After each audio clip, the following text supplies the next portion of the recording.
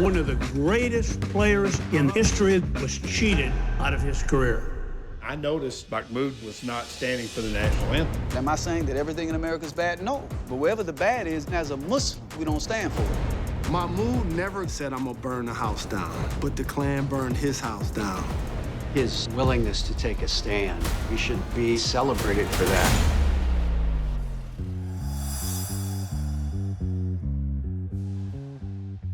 What up, everybody? Stack Pop here with a quick message from our friends at DraftKings. We know you're watching the NFL playoffs, and DraftKings has a can't-miss offer to make them even better. Calling all new customers. Sign up for DraftKings using my promo code SMOKE. Bet at least $5 on either conference championship game, and you'll instantly receive an additional $200 in bonus bets. We only have 3 games left in this season, so take advantage of this offer while you can. Wondering what you can use your $200 in bonus bets on? Try out same-game parlays. You can combine multiple bets on one game for an even bigger shot at winnings. Download the DraftKings Sportsbook app now. New customers use promo code SMOKE, bet $5 on any NFL playoff game, and get $200 in bonus bets instantly. That's promo code SMOKE, only at DraftKings Sportsbook. Every Friday, we're teaming up with DraftKings Sportsbook to make an all-the-smoke same-game parlay. Head on over to the DraftKings Sportsbook app now to see who we picked. And if you like them, you can ride along with us. I feel like it's going to be a big 2023 coming for all the smoke same-game parlays. Don't miss it. Me personally, I would love for him to do it at a home game, which it probably won't happen. If it happened in front of Giannis, I think that would be great because that's not going to do anything but motivate Giannis to go out there and give whoever guarding him 60 and 90. So I think, 60 and 90. Welcome to What's Burnin'. I'm here with Matt Barnes, Steven Jackson, and I'd like to announce this is the only time in my life that I'm taller than Stack, so congratulations to me. I like this whole arrangement, Steven. You just stay where you are. We're all good. Guys, I want to get right into it by talking Blazers since they've had an interesting week already. On Sunday, they totally fell apart against the Lakers. They coughed up that 25-point halftime lead. Then they beat the Spurs on Monday. But they're still a bottom 4 team in the West, and Dame has been asked whether the Blazers need to make a move at the deadline. I do want to note, when he was in the presser for this, he answered politely twice. He did answer the question. He basically said, hey, I'm in for whatever we have to do to get better. But the reporters did keep pressing him on whether they had to make a deal, and he got frustrated, and he said this. Take a listen. It's tough. I don't know how else to describe it. It's definitely not how I saw things happening. I think the bright side of it is it seems like if you win 3 games in a row, you in the mix with everybody, So the way I'm looking at it is it's a lot of teams that didn't see the season going this way. The problems, the struggles that we've had are obvious, but, I don't think it's fair for y'all to be asking me these questions right now. You know what I'm saying?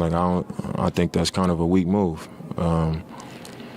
It's our team is struggling, and I've been transparent about our struggles and stuff that we could do better. But y'all putting me in a position to answer questions that I don't think is cool, man. So, guys, I certainly get why Dame said that. I mean, he can't really say, we got to trade my teammates and then play with them the next day. But there is also the flip side that if the star doesn't publicly pressure the front office, sometimes nothing really happens. Matt, it's kind of like a damned if you do, damned if you don't position. I mean, how should a player like Dame be answering that question right now? Well, we know Dame has stood on his loyalty from the beginning, through the good, through the bad, and he's not someone who's going to publicly do anything. That's not necessarily the way Dame Lillard moves. Obviously, for the last 3-4 years, everyone's been saying, Dame is getting older. I mean, he's currently 32.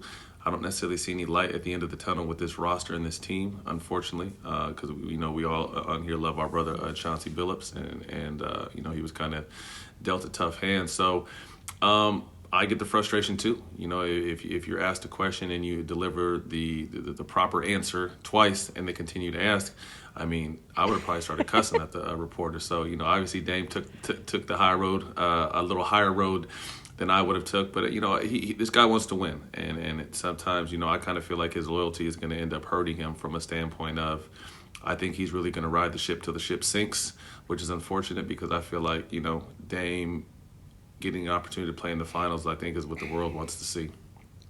I mean, Stack, do you think that at some point, Matt's right, he's just got to say, hey, make it better or I'm getting out? I mean, well, at this point, you got to stick with your guns. He's been loyal to this point. You got to stick with your guns. This team has definitely taken care of you, giving you all the money that you possibly can make and deserve.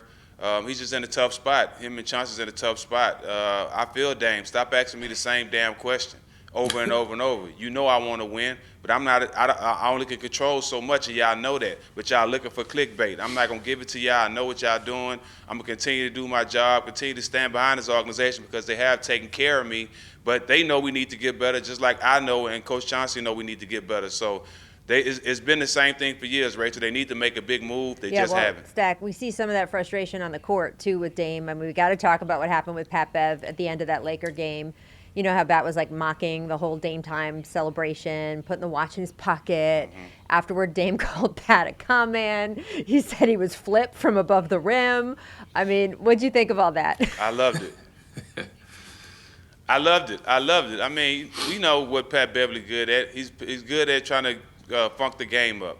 You know what I mean? He's not that talented, so that's what some guys do. I mean, he's a great defender, and he competes on defense, but he doesn't really stop anybody. I've been a defender for a long time in the NBA, Rachel, and you don't really stop none of these guys because they're that good. You just got to try to make it difficult. And Pat Beverly is good at that some nights, but at the end of the day, I'm with Dame. I'm not really paying attention to Pat Beverly. He called him flip from above the rim, which I thought was hilarious. And, it's good to see the competition like that. But, Pat's a competitor, but we all know Dame's the better player.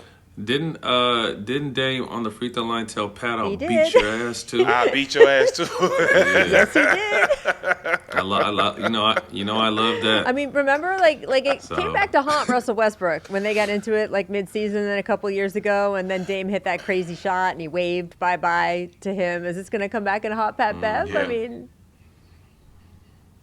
We'll see. We'll see if anyone had anything to haunt for.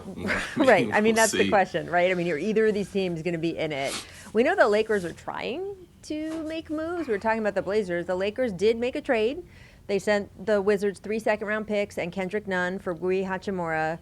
And Rui, I mean, he's a decent player, right? He's a decent scorer, career 36% shooter from 3.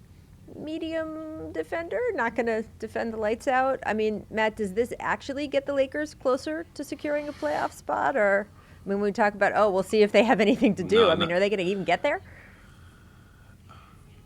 Not in my opinion. Obviously, Rudy's a very solid young player. I think he's at about 13 points a game, but I think the Lakers wanted more. I think the Lakers possibly wanted Kuz. Kuzma wants to get up out of there. I think the Lakers probably wanted, but I think the asking price was probably too high. So I think they settled for Rudy, with all due respect. But, in my opinion, I don't think Rudy's going to move that needle and give them the extra games they need to leapfrog some of these teams. But that's not to say with Anthony Davis coming back and this whole unit healthy that they're not going to be able to do that. But I think Rudy, as he could be a small piece to obviously AD coming back and this team getting better though. Well, I don't know, Stack. Do you want them to do more, or do you think that with AD coming back, they're good? Well, I mean, the only move they could make that could have made sense with Rachel was who is the Kyle Korver of the league right now. They need a Kyle Korver type guy that can knock down shots, and nobody knows who that guy is. Is it one in the league right now? Who knows? I think he's the GM right now over in Atlanta, Jack. There ain't I'm more. I know what you're saying. I know what you're saying. Yeah, it ain't no more like him. Yeah. in the league at all, and that's what they definitely need, Matt. And I just feel like anything else is don't make sense, right? They just need to get the guys they got healthy, build around that team. They got a great coach. They've shown a lot of signs of being that team that can dominate, but they need that one shooter. And any other move they made just didn't make sense to me. Yeah, I mean, Rui Hachimura is not a spacer, right? I mean, he's shooting 36% from 3. He had a great shot from 3 season last year, but he hasn't been repeating that. He's not getting you that, Stack. You're completely right. All right, guys, if we want to switch gears and talk about teams that are winning, I don't know, let's do that for a change. Sixers, red hot out east. They've won 5 in a row, 16-14 in their last 20. And it's interesting, Embiid is tied for the scoring lead. He's playing incredible, but Philly doesn't blow you away statistically. I mean, they're not top 5 in the major categories. I don't know, Stack, what do you think is the reason they're playing so well? Well, they always have spurts.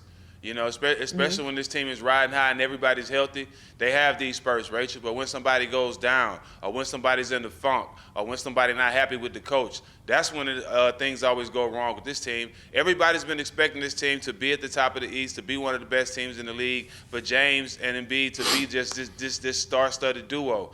And that's what we've been waiting on, but they show signs. But do they have this duo, this Batman and Robin type attitude in the playoffs, Rachel, to be the Eastern Conference champions, to make it to the finals? That's what we want to see. All this other stuff doesn't matter with them because that's expected. Yeah, I mean, I think on paper, everyone thought this was at least a top 3 team in the Eastern Conference coming into the season. They started off slow. They're starting just to play better basketball, and you're right, Rachel, they don't blow you away with anything in particular. James is not the guy he used to be, but at the same time, he's still a 20 and 10 guy. Tyrese Maxey is at nearly 21 points a game. Embiid is at 33 points a game. I think this is on Doc Rivers. I think Doc Rivers is coaching for his job right now. I think this team has underachieved the last handful of years, and something is going to have to change if they don't get over the hump. So is it, do you trade James or do you get rid of the coach? Embiid is going to be the constant that'll always be there in Philly. So I just think they're playing better basketball right now. They got a very talented roster on paper, and they've been able to, translate that to wins on the court is what they've done lately. So, I mean, when you look at it, although James is not the James he used to be, he's still a very solid NBA point guard, and Embiid is one of the best big men, if not the best big man in the game. So they're going to have a chance, but like Jack said, they go in spurts. They're going to need to be more consistent, particularly on the defensive end, and we'll see what happens. I'm looking forward to seeing a healthy Brooklyn with Kevin Durant coming back, a healthy Philly, and then Boston and Milwaukee, and obviously Milwaukee getting healthy too with Middleton, and really see who the best team in the Eastern Conference is right now. I think it's Boston, but any of those 4 teams I mentioned have the talent to represent the Eastern Conference. All right, so what's over the hump for you? You say they got to get over the hump. Does that mean they got to get to the Eastern Conference Finals? I think they have to make a serious run this year. I think a first or second round exit for the roster they have, for the names and the money they're paying these players, isn't going to be acceptable. Like Jack said a second ago, like we've all been waiting, and I'm sure their fan base and their organization has been waiting too. So I think this has to be one of those real runs, at least to the Eastern Conference Finals, or I think they're going to be some shakeups over there. See, I don't know if you're talking about that if you look at their perimeter defense. Like, to me, they're playing lights out in so many ways. I watched them when they played here in LA the other night. I mean, they're impressive. I mean, Joel Embiid is just, he is incredible. Really having a season. It's really only because Nikola Jokic is doing all the crazy magic shit that he does that Joel is still he still can't be the best center in the league with what's going on in Denver. But, I mean, he is just lights out. However, you got to defend in the playoffs, right? And you look at the perimeter defense that this team has. They've moved Maxey to the bench. They played with that a little bit because he's not as strong a defender. But still, even if you start Melton there next to James, you're looking at playoff matchups with what? Boston, you've got Smart and Brown trying to score on you. You've got Cleveland, you've got Garland and Mitchell trying to score on those guys. Trae Young and DeJounte, Kyrie. I mean, how do you feel if any of those backcourts are coming at Harden and Melton or Harden and Maxey or whatever they got right now? That's always the knock against them, especially with Harden. He don't take those challenges in those big games. You remember the whole thing with Kyrie and Harden, in Brooklyn. Kyrie went at him and challenged him, and he backed down from Kyrie when it's time to take those challenges. And when they played, when James Harden got to Philly for the first time, Kyrie took the challenge and really put it to him then. So I think, a lot of people know James don't take the challenge like he should on defense, and people have been exploiting that a lot lately. And the only way they're going to get out that rut, Rach, is if they start playing D and taking pride, all 5 guys, not just 4 out of 5. And I think, too, it's not so much – I think the lockdown defenders in this league you can probably count on one hand. So it's not necessarily that one guy that's going to take the challenge. It's just team defense. Right. It's communication. It's the second and third efforts. It's being on the string. It's being on help side. It's doing all the little things to make you a good team defense because, again, there's not very many individual lockdown defenders in today's basketball. All right, well, that comes back to Doc then again. So I guess – Doc Rivers, Matt Barnes has you on the hot seat, so we'll have to check back and on that as the rest of the season goes. We got to talk Top Shot. So legendary moments this season. NBA Top Shot has partnered with the Players Association, guys, to identify the 50 players that have defined the season and the moments that define their greatness. So the first wave of 10 players was selected based on their performance up until now. Here's the list: Anthony Davis, Devin Booker, John Morant. Stop me if you've heard of any of these guys before. Jaylen Brown, Jason Tatum, KD, Embiid, Luka, SGA, Steph. So once the list is set, the fans will get to vote on which moments most define the season. But do you already have one, Matt? Which moment would you like to see as one of these top shot moments? I mean, that's obviously a great list of who's who in this league, but I think the showstopper in the league these days is John Morant. And I think he had a dunk about a week or two ago on someone from the Pacers that was made the player's mom cry probably. He dunked that thing so hard. So, if we're picking a top shot moment, I would definitely pick Ja, but there's a lot of other great candidates on that list. Yeah. I said that was the best dunk of the year, and I got argued with that Aaron Gordon's dunk a couple weeks earlier was better. That was tough too, but Ja, I mean, Aaron Gordon is only nearly 6'11". Ja is a point guard going down the middle of the paint and dunking on centers and power forwards. So, but although AG's dunk was special. Ja is always going to be the leader of highlights because he's the only high flyer really right now, especially at his size, making those plays and doing them on a consistent basis. How can you go against that? I mean, I don't really see nobody making plays like that as frequent as he is. And if I had to make my bet, I'd go with Ja too, Rach. Dude, the freeze frame, I know the highlights are always, the highlights are amazing, especially a big dunk. But I feel like the actual posters, I mean, we don't put up actual posters anymore, but if you look at that Ja dunk and you do the freeze frame, his body on the cockback is it's like this. I mean, I didn't know he could bend backward that much. Right. No, I mean, he's a freak of nature. He's something special, and his athleticism, along with his skill set, makes him, such a unique player to be able to, work on the holes in this game where people said he couldn't shoot. Now he's got the shot down. There's nothing this guy really can't do, and he's leading one of the best young teams in the NBA right now. So, as Jack said, you can never go wrong with Ja. All right, well, Matt and Stack, you guys have made your pick. The Players Association's done their part. So now it's up to the fans. They got to decide your moment of the year. You all can go to NBATopShot.com, Top Shot 50, vote for your favorite moment, and you can also enter for a chance to win one of 100 jerseys from this wave of inductees. So that's worth it right there. DraftKings also is taking a look at what's going on right now in the league. They're looking at LeBron going forward because as of Tuesday morning, gentlemen, LeBron 224 points away from passing Kareem's scoring mark. We're getting close. When you do out the averages, they say maybe at a home game against Oklahoma City at the beginning of February, maybe a home game against Milwaukee. How great would it be if he did it in front of Giannis, right? That would be pretty good. DK also has the odds of how he's going to break it. Best odds are just a 2-point field goal against the Bucks on February 9th because, 2-point field goal, that's the most likely shot. Stack, do you think that is, in fact, how he's going to break it? And then I also got to ask you, ideally, if you could just do it like on a video game, how would you like him to break it?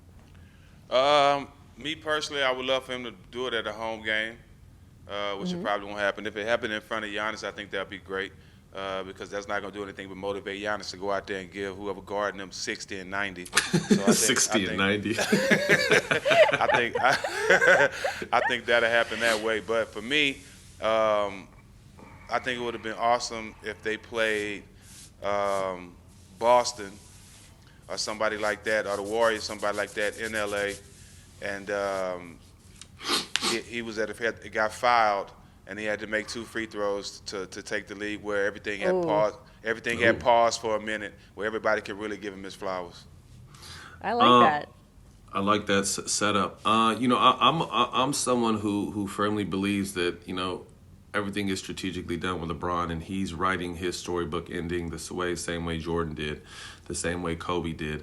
So I'm always thinking that obviously he has more years, but this is going to be a huge step, obviously, in his career. So I'm thinking along the lines of a big game against Milwaukee at home, ideally, or possibly in Golden State. I mean, although the Lakers and Golden State, Lakers and Golden State haven't had that rivalry, but Cleveland and Golden State have. So there's a lot of rival between the players in that game. But I would love to see a breakaway signature LeBron early dunk, like one of his caught back to the or his reverse, or just something that is really a signature moment or a signature type move to break the record. But really just hats off to LeBron to think that this guy's going to finish most likely top 5 in assists and the #1 scorer of all time. I mean, it's hard to keep him from that throne of, who debates of who is #1. So, just a tremendous career. It's obviously not over yet. And I think we're all looking forward to seeing in what fashion does he break this record. Yeah, I want to dunk too, just because that was kind of how he came into the league, right? Yep. And he's shown this year he can do it, right? It's not Absolutely. like he's past it. Like he's been putting some crazy stuff down. But I don't know, we're focusing so much on how is he going to break a record, what day is he going to break the record. He's not done, Matt, like you said. I mean, he's still going to put a lot of years of padding and scoring on top of this. He said he still wants to play until his son's in the league. Like, I just think that we're talking about Luka already being on track to break what LeBron's doing. If you look at Luka's first 3 seasons, I think LeBron hears all that stuff. He knows everything that's going on in the league. He wants to add some numbers to that. So it'll be a big deal next month when he breaks it. But then I think it's still going to be a while till we see what his total is, because he wants to add to that number too. Agreed. Y'all watched football this weekend, right? Yes. We did. You were there, right, Matt? Weren't you in the Cowboys-Niners game? I was at the 49er game. I don't know who they played, but I was definitely at the 49er game. You don't know who they played. I don't know who wow. they played. Steven, you gonna let him talk like that? I'm gonna let him make it race, because I know it was a tougher game than they thought it was gonna be. I know a couple things. One, with me, Dak Prescott is a good quarterback, but he's not a championship quarterback. Diggs is a great defensive back, but he's not willing to put his body on the line and win in the big moments. And he also dropped a big interception. And to be considered one of the greats, you got to make those plays. But all in all, I give more credit to the 49ers for their young quarterback, their rookie quarterback, to show poise and to be able to win these big games, make the plays, not turn the ball over, not get rattled, and be able to stand in there and do what needs to be done, along with a great defense. So I got mixed emotions, Rachel. I buried my little brother recently, and my little brother was a diehard 49er fan, and I told myself coming into this game that I didn't care who won. I felt good because the 49ers played on the day of my brother's funeral, and they haven't lost since. Oh, wow. So 11 in a row since my brother been dead. So I'm happy for the 49ers just as well. I think that's Jack's way of just saying that he's going to become a 49er fan, and we will welcome you. No. I will take you to some games, and you can meet the team and sit in the owner's box with me and hang out and be a Niner fan, bro. Just if you want to come over, we're accepting applications now before the NFC Championship. You got to stake your claim. But no, very solid game. It was really a defensive battle, and Dak threw some crucial interceptions. As Jack said, Purdy played well. I mean, in that system, the quarterback's job is to just, hit the passes you need to hit. You don't need to be a superhero. With McCaffrey and Debo being able to do a lot of different things. But I think what won it was San Francisco's defense, the ability to put pressure on Dak, and Dak just not to come through. This guy's been, a very solid regular season quarterback, and I think all Cowboy fans have been waiting for him to get over that hump. We spoke about the hump for Philly earlier in the show, but for Dak to be able to get over the hump and do it when the bright lights are on, when it means the most, and he hasn't been able to do it. So, you hear a lot of talk about what's next for Dallas. You hear, if they're serious, they need to go out and get someone like Aaron Rodgers or do some other things, but I don't know. It looks like, the patience is running out for Cowboy fans and Dak Prescott to perform on the biggest stage. I'm supposed to ask you who's going to win the NFC Championship game, but I have a feeling, Matt, what you'll say. Yeah, it's bang bang Niner game. Because I'm a mind over reader here. Jack, who's going to win it? Jack, 49ers, you with us? Of course. Yeah, 49ers. I told you. I got a jacket for you too, Jack. That has I'll write your name on it with marker and everything on the inside of it. It could be yours. It'd be kind of like both That of ours. bandwagon's got a seat. That's No, all I'm sir. saying. No, sir. Long live Lido. I'm just riding because I'm long live Lido. Guilty by association. We'll take it. Okay, Bengals-Chiefs coming up this weekend, too. Burrow has a 3-0 record against Mahomes, which is crazy when you say that out loud. Mahomes has that little injury he's dealing with, too. DraftKings has the Bengals as slight favorites over the Chiefs, despite the fact that Cincinnati's on the road. What do you think? Who takes the AFC? I mean, I'm a big Chiefs fan. I really like Patrick Mahomes, but I think that ankle sprain is going to linger him. I'm sure he's going to get obviously around the clock treatment up until the game. But Burrow is just Mr. Cool and has two of the best receivers in the game, a very good defense. And, you know, this is the same matchup we had last year for the AFC championship. So as much as I like Mahomes and Kelsey is a friend of the program, I think I'm going with Joe Burrow and Chase and them young Bengals. Yeah, the Bengals have just had their number the last couple of years, and you know they're a young team that's gotten better over the years. Like he talked about the quarterback, he just poised and know what he's doing, and he's been one of those guys that always thrive in those moments. Regardless of the weather, Rachel, he always shine. It could be cold or hot. You know, Joe Burrow go out there and get the job done. So the Bengals, it don't matter if they're on the road, as you've seen, they know how to go on the road and get big wins. They've done that. I got to go with the Bengals too, because Chase is definitely one of my favorite players in the league right now, and him and Burrow have a connection in the playoffs that's been almost at the top of the charts. I mean, we've seen quarterbacks like, you know, Joe Cool all the way back to Joe Montana, all that stuff, but Joe Burrow has fucking ice in his veins, right? I mean, there's nothing that rattles this kid. Yeah, no, and I don't even think he gets the recognition and the credit that he deserves. And you know, I was thinking to myself, I'm just like, I've always known he's solid, but I just didn't realize how good this guy is, and he consistently gets the job done. So again, I think it's going to be a great AFC championship. Along with it, I mean, you know, let's not sell the Eagles short. They've had a great season, and you know, their young quarterback is playing really good football too. So I mean, both these championship games are going to be cold as shit. With four the best teams in the NFL, man, and it's going to be a great championship weekend. Do you see that clip that's floating around now of Joe Burrow like introducing himself to the defensive opponents during the Super Bowl last year? He was like, "Hi, it's nice to meet you. I'm a big fan."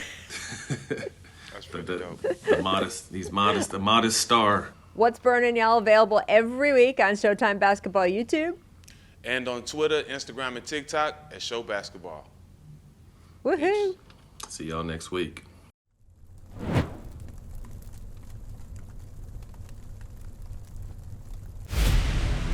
Hello, beautiful. Things are about to get wild. Having any fun yet? I need you to continue trusting me. Wherever you go, we go. You attack my family, it'll be the last thing you ever do. You gotta be bad to do good. What did you see? He's done it again! Not still the Alpha! Good morning, aviators. This is your captain speaking. Whoa!